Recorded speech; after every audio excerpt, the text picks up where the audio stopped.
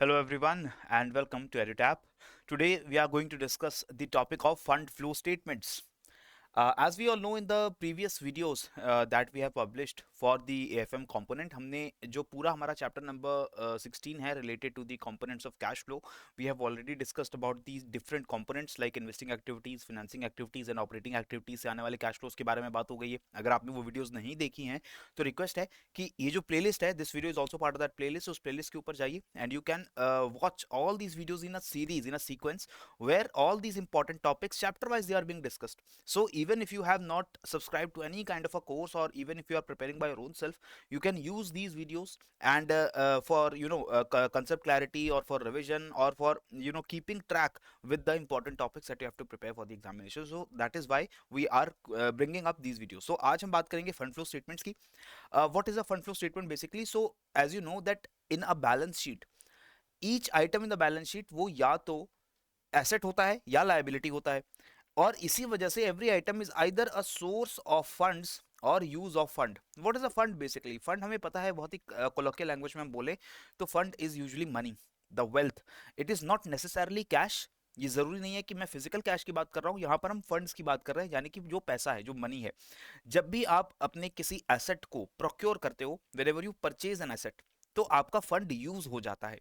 और जब आप उस एसेट को डिस्पोज कर देते हो, बेच देते हो, तो आपके पास फंड्स आ जाते हैं. Similarly whenever you take a liability, whenever a liability increases upon you, आपके फंड्स बढ़ जाते हैं. लेकिन जब वो लायबिलिटी आप रीपे करते हो तो आपके पास जो फंड्स है वो कम हो जाते हैं. क्लियर है? ये फंडामेंटल रूल आपके माइंड में बहुत क्लियर होना चाहिए. सो all items on the liability side represent the funds provided to the enterprise. Obviously whenever you have taken a liability, the funds will increase. All items on the asset side except the cash represent the use of these funds. So all the assets, वहां पर आपने funds खर्च किए हैं, जो भी liabilities है वहां से आप फंड्स लेकर आए हो in a business. Okay, the cash part in a balance sheet represents the unutilized portion of funds available to the enterprise. यानी कि जो कैश है वो भी एक एसेट है, लेकिन कैश को हम ये नहीं बोलेंगे कि इसके लिए हमने फंड यूज किए. कैश उस फंड का पार्ट है. Cash is basically denoting the unutilised funds that you have. So whenever if we talk about cash that we have in the balance sheet, अगर मैं उसे फंड्स के यूज की तरह परसीव करूं तो हम बोलेंगे कि जितना भी एसेट साइड है वो हमारी हमेशा लायबिलिटी साइड के बराबर होती है. This is why this sheet is known as balance sheet. all assets are always equal to all liabilities. So that is why all the funds, the source of the funds that we have in the company, it should always be equal to all the usage of the funds. Use हुआ है तो assets की form में होगा, अगर वो use नहीं हुआ है तो कैश की फॉर्म में होगा. ठीक है? इसीलिए जब भी आपके पास जो कंपनी में फंड्स अवेलेबल हैं, जब वो इंक्रीज होते हैं तो इसका मतलब या तो आपकी लायबिलिटीज इंक्रीज हुई हैं या एसेट डिक्रीज हुए हैं. And this is synonymous to the equation that we know as A is equal to L plus C. assets are always equal to the total liabilities that a company has.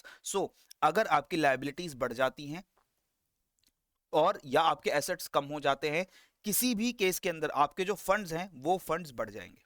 Right?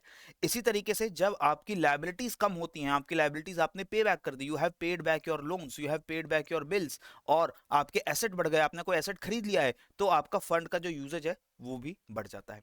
Clear? और इसी चीज को depict करने के लिए we make a fund flow statement along with a cash flow statement. But there are a few differences. वो differences यहां पर फटाफट से आप लोग रिवाइज कर लो. Cash flow statement is an integral part of the financial statements and is mandatory. We have already talked about that कि बैलेंस शीट, इनकम स्टेटमेंट, इसके साथ आपको कैश फ्लो स्टेटमेंट भी देनी होती है. कंपनीज एक्ट का रूल है ये. Right? Fund flow statement is not legally mandatory. ये मैंडेटरी नहीं होता रिलीज करना, ये कंपनी इंटरनल पर्पसेस के लिए यूज करती है. अगर वो चाहे तो रिलीज कर सकते हैं, अगर वो ना चाहे तो ऐसा कोई जरूरी नहीं है. Cash flows from operating, financing and investing activities are shown separately in the cash flow statement, while such segregation is not allowed for fund flow statement. Determines the cash position at the end of the accounting period. पूरे साल खत्म होने के बाद आपके पास cash की क्या position है वो हमें कैश फ्लो स्टेटमेंट से पता चलता है. और फंड फ्लो स्टेटमेंट में हमें ये पता चलता है कि विद इन द पीरियड हमने फंड्स का यूजेज और सोर्स कैसे कैसे हमारा चेंज हुआ है. So what is the change in the working capital through the specified period, through the particular time period, वो हमें पता चलेगा from the fund flow statement.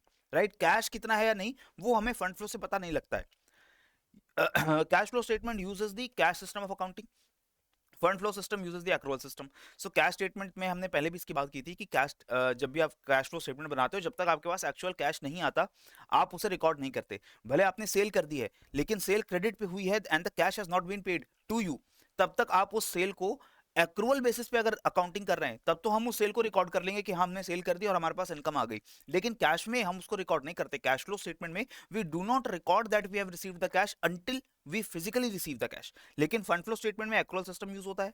तो इस वजह से यहाँ पर आपका नॉर्मल अकाउंटिंग की तरह, कन्वेंशनल अकाउंटिंग की तरह आप यहाँ पर जब आपकी कोई फंड का यूजेज हो जाए, भले आपने कैश पे किया है या नहीं किया है, आप उस फंड की यूजेज को रिकॉर्ड कर लेते हो, and vice versa also, right.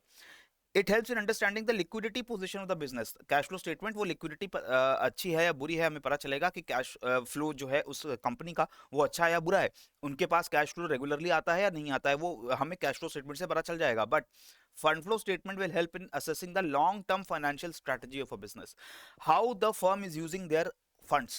Are they using their funds to create more assets, or are they using their funds to pay back their liabilities, or are they using their funds in order to maintain their business? किस तरीके से उनके funds use हो रहे हैं, उससे हमें उस फंड, उस फर्म की लॉन्ग टर्म प्रॉफिटेबिलिटी होने वाली नहीं होने वाली वो हमें पता चलता है। तो ये चीज as a banker for you and as a JAIIB aspirant, you also must be very clear about the conceptual differences between the two, cash flow and the fund flow. Clear? अब यहाँ पर आप देखिए फंड फ्लो स्टेटमेंट बनती कैसे है, इसका कोई श्योर शॉर्ट फॉर्मेट तो होता नहीं, क्योंकि ये लीगल स्टेटमेंट तो है नहीं, जैसे कि कैश फ्लो का, बैलेंस शीट का, इनकम स्टेटमेंट का हमें कंपनीज एक्ट के अंदर पूरा परफॉर्मा मिलता है कि इस तरीके से आपको बनानी होती है। ऐसा कोई परफॉर्मा फंड फ्लो स्टेटमेंट के लिए नहीं है, लेकिन किस तरीके से आप बना सकते हो, एक साइड पे आप सोर्सेज ऑफ फंड्स लिख सकते हो, दूसरी साइड पे uses of funds. Sources of funds basically is liabilities that you have. तो यहां पर लॉन्ग टर्म सोर्सेज आएंगे, शॉर्ट टर्म सोर्सेज आएंगे। लॉन्ग टर्म सोर्सेज में क्या आएगा, जैसे long term liability, equity long term liability होती है।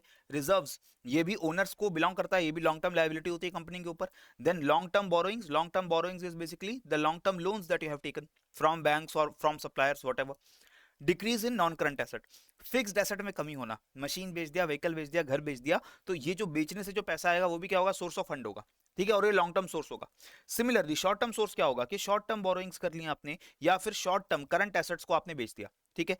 यूजेज ऑफ फंड्स की बात करेंगे तो बिल्कुल उल्टा है, लॉन्ग टर्म यूजेज की बात करेंगे तो इसका मतलब आपकी इक्विटी कम हो गई, लायबिलिटीज कम हो रही हैं, लॉन्ग टर्म लायबिलिटीज कम हो रही हैं, या फिर आपके लॉन्ग टर्म एसेट्स इंक्रीज हो रहे हैं। Similarly if I short term use की मैं बात करूंगा, अगर फंड्स को शॉर्ट टर्म में यूज किया जाए तो इसका मतलब क्या होगा, शॉर्ट टर्म एसेट्स खरीद लिए, इंक्रीज हो गए, या फिर शॉर्ट टर्म लायबिलिटीज हमारी कम हो गई। So that is how we make long term and short term sources of funds and long term and short term uses of funds, and we make subtotals of all four of them, और फिर उसके बाद हम sources of funds का एक यहाँ बनाएंगे, और जो यूजेस ऑफ फंड्स है वो यहाँ बनाएंगे, and this should ideally be equal, right. So that is how we make a fund flow statement.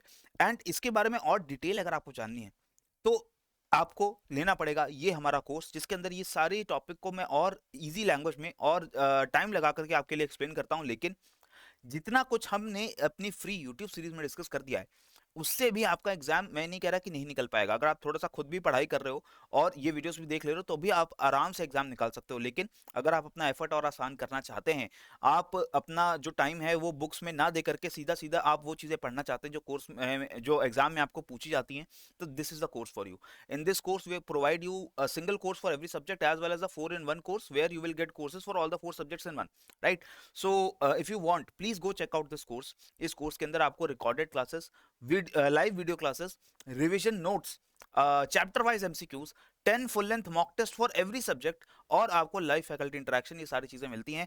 आप इससे बेटर कोर्स पूरे मार्केट में आई डोंट थिंक हमें मिलता है। बहुत रिसर्च के बाद हमने कोर्स बनाया है, तो थोड़ा सा अगर आपको हमारा कंटेंट यूट्यूब के ऊपर पसंद आता है, एक बार इसको जाके जरूर देख लीजिए। अगर आपको सही लगता है तो आप यूज करिए, या फिर आप रेकमेंड करिए अपने फ्रेंड्स को जिनको आपको लगता है कि कोर्स की रिक्वायरमेंट है फॉर दी जेईई एग्जामिनेशन। आपका टाइम बहुत प्रेशियस है being a banker, so do not waste your time. पढ़ते रहो, बढ़ते रहो। जय हिंद एंड जय भारत।